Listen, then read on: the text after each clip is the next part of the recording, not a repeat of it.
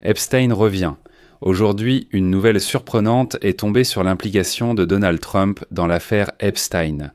La principale nouvelle qui a fait exploser le fil d'actualité aujourd'hui est la suivante. Trump était un informateur du FBI dans l'affaire Jeffrey Epstein. C'est ce qu'écrit aujourd'hui The Telegraph. Selon eux, le président américain Donald Trump était informateur du FBI dans l'affaire Jeffrey Epstein. Cette affirmation a été faite par Mike Johnson, le président de la Chambre des représentants des États-Unis, un homme qui mène une enquête indépendante sur les circonstances de cette affaire. Et un autre détail important que je me dois de citer intégralement, afin qu'il n'y ait pas, vous savez, de phrases sorties de leur contexte, la déclaration est la suivante.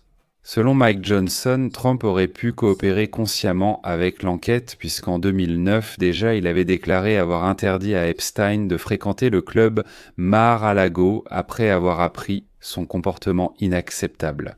Voilà le résumé de la journée concernant la nouvelle sur Jeffrey Epstein. Je m'appelle Alexei Pecci, aujourd'hui nous sommes le 6 septembre, et avant de commencer cette émission, je voudrais faire un petit coming out. Vous savez, à force d'être saturé par les actualités, de travailler constamment avec le fil d'actualité, une fois par semaine, je me confie à un psychologue. Tout simplement pour ne pas m'épuiser. Si vous avez besoin d'un petit coup de pouce quotidien pour passer à l'action, je voudrais vous recommander une bonne chaîne YouTube, où chaque jour, un psychologue publie de courtes vidéos sur la façon de sortir de la procrastination, de rassembler ses pensées, de ne pas s'épuiser. Et pas seulement ça. Un ton normal, pratique, sans, vous savez, ce côté pseudo-gourou. C'est pourquoi je vous recommande cette chaîne YouTube. Je laisserai le lien dans la description de cette vidéo et je vous conseille de vous abonner et de garder ce partenariat pour vous. Des vidéos à regarder en boucle. Les limites relèvent de l'honnêteté, pas de la froideur. Tu n'as pas à être toujours disponible pour être aimé. Le journal The Telegraph présente cette idée de façon plus douce que Mike Johnson. Le journal écrit que, dans le cadre d'un nouveau rebondissement dans l'affaire Epstein, une version est discutée concernant le rôle de Donald Trump en tant qu'informateur du Bureau fédéral d'enquête, soutenu par d'anciens épisodes. L'interdiction de Jeffrey Epstein à Mar-a-Lago en 2009, la volonté de témoignage de Donald Trump, etc. Citation directe de l'article. Un détective privé affirme que Trump était un informateur du FBI dans l'affaire Epstein et qu'il a coopéré avec l'enquête.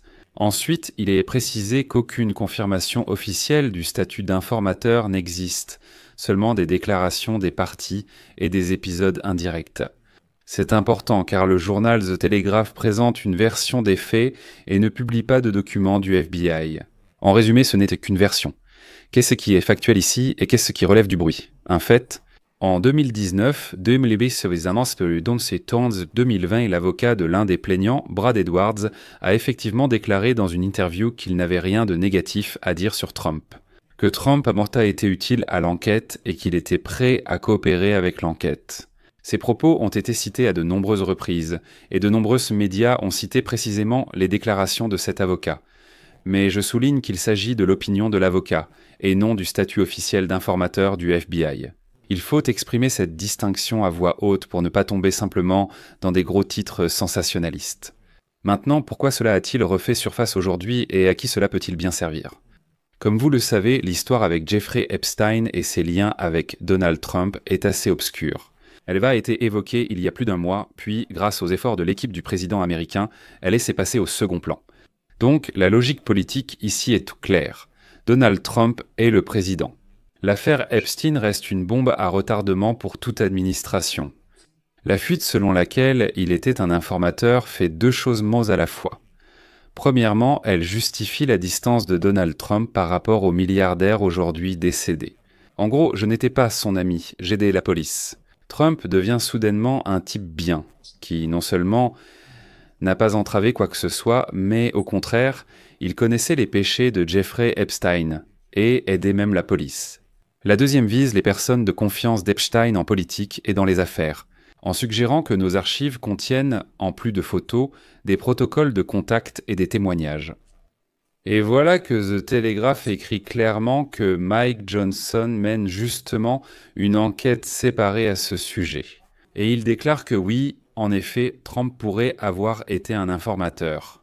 C'est-à-dire qu'il est en quelque sorte dangereux, non seulement pour les opposants de Trump, mais aussi pour une partie de son propre écosystème. Apparemment, beaucoup de gens ont dit beaucoup de choses récemment, et maintenant voilà qu'une telle information refait surface. Qu'est-ce que nous savons à propos de la déclaration de Trump concernant l'année 2009 ? Cette année-là, il aurait soi-disant interdit à Jeffrey Epstein de visiter sa résidence à Mar-a-Lago. C'est une légende à part entière, à laquelle il faut faire attention. En 2019, le Daily Beast et le Tampa Bay Times ont débattu de l'existence même d'une interdiction formelle pour Epstein de visiter la résidence Mar-a-Lago. Était-ce à cause de harcèlement envers des employés ? A-t-elle duré plus de quelques mois et a-t-elle vraiment eu lieu ? Il n'existe pas de document signé, vous savez, avec un grand sceau, du moins pas en accès libre. Seuls les gestionnaires et d'anciens membres du club affirment qu'Epstein serait venu et aurait été expulsé. Mais pour le récit actuel, cela est sans secondaire, car l'effet politique vient de la simple affirmation de Trump qui disait « J'ai expulsé Epstein du club et j'ai aidé la police ». Le fait que cette version ait été reprise aujourd'hui par plusieurs médias, eh bien, vous savez, ce n'est pas une question de recherche de la vérité, c'est un tournant médiatique dans cette histoire. Maintenant, un point important pour les spectateurs, comment distinguer une vraie information d'un bruit habilement emballé ? Le premier critère, existe-t-il un document officiel du FBI indiquant que Donald Trump est un informateur ou au moins une reconnaissance directe du bureau ? Pour l'instant, non. Le deuxième critère, existe-t-il une confirmation que Trump a témoigné qu'il a fourni des informations utilisées par l'enquête ? Ici, oui, il y a des témoignages d'avocats et des références indirectes dans les reportages des grands médias. La troisième question est à qui cela profite-t-il ? Alors que la Maison-Blanche de Trump réorganise la politique étrangère et que les États-Unis sont pris entre la Chine, la Russie et la réorganisation du Pentagone évoquée dans l'épisode précédent. Utile.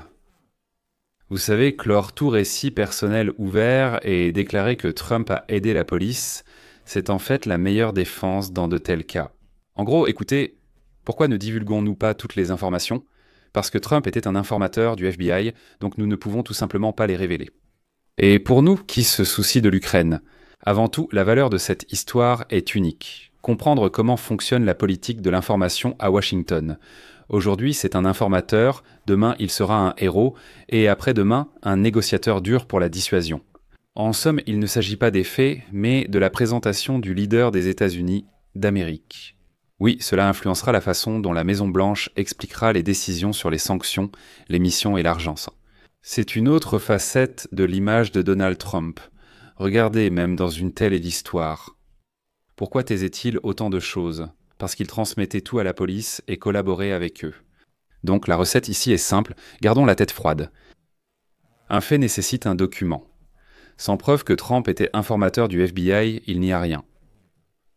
Ou on dit le chercheur, l'avocat, un initié et Mike Johnson. Tout cela n'est qu'une version. Et justement, il faut la considérer comme une version, pas comme un fait. Mais néanmoins, c'est une histoire intéressante. Comme en ce moment dans l'équipe de Donald Trump, eh bien, ils essaient quand même de trouver une issue à cette affaire retentissante concernant Jeffrey Epstein. Je vais mettre des points de suspension. Donnez votre avis, écrivez vos conclusions dans les commentaires sous cette vidéo, abonnez-vous à la chaîne, cliquez sur la cloche et n'oubliez pas de mettre un like. C'est tout pour aujourd'hui, prenez soin de vous. Au revoir à tous.